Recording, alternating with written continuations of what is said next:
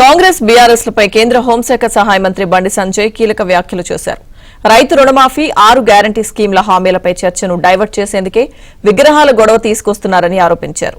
రైతులు ఆందోళన చెందుతుంటే మీకు విగ్రహాల సమస్య వచ్చిందా అని ప్రశ్నించారు.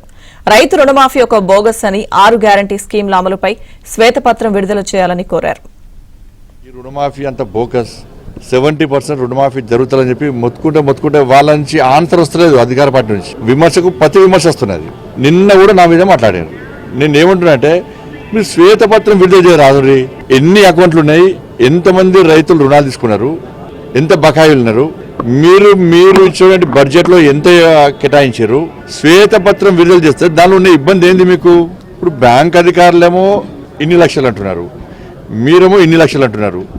ఈ కన్ఫ్యూజన్ ఎందుకు అనేది విమర్శకు ప్రతి విమర్శ సమాధానం కాదు. ప్రజలేమో రుణమాఫీ, రైతులేమో రుణమాఫీ చేయాలని వాళ్ళు బాధపడుతున్నారు, బోనస్ చేయాలని బాధపడుతున్నారు, రైతు భరోసా చేయాలని వాళ్ళు బాధపడుతున్నారు. యువకులేమో నిరుద్యోగులేమో నోటిఫికేషన్ ఇస్తాను ఇవ్వలేదు, ఉద్యోగులు ఇవ్వలేము, వాళ్ళు నిరుద్యోగులు ఇస్తాను ఇవ్వాలని వాళ్ళు బాధపడుతున్నారు.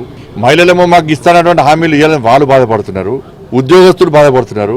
వాళ్ళ బాధలు వాళ్ళు పడుతుంటే ఇప్పుడు విగ్రహాల స్టార్ట్ అయింది. విగ్రహాల వాళ్ళు విగ్రహం పెడుతుంటే వీళ్ళు తీసేస్తారట. అది సమస్య. అది దీనిలో సవాల్ వేసుకుంటున్నారు ఇవాళ. ఎందుకు? ఇది ప్లాన్ ప్రకారం రుణమాఫీ విషయంలో ప్రజల దృష్టిని మళ్లించడానికి. ఇవాళ రుణమాఫీ విషయంలో ప్లస్ 6 గ్యారెంటీల విషయంలో మాత్రమే తెలంగాణ రాష్ట్రంలో చర్చ జరగాలి. దాని మీద చర్చ జరగాలి. దీని మీద ఇష్యూ డైవర్ట్ చేసే ప్రయత్నిస్తే కాంగ్రెస్ పార్టీకి, బీఆర్ఎస్ పార్టీకి పుట్టగతులు రాష్ట్ర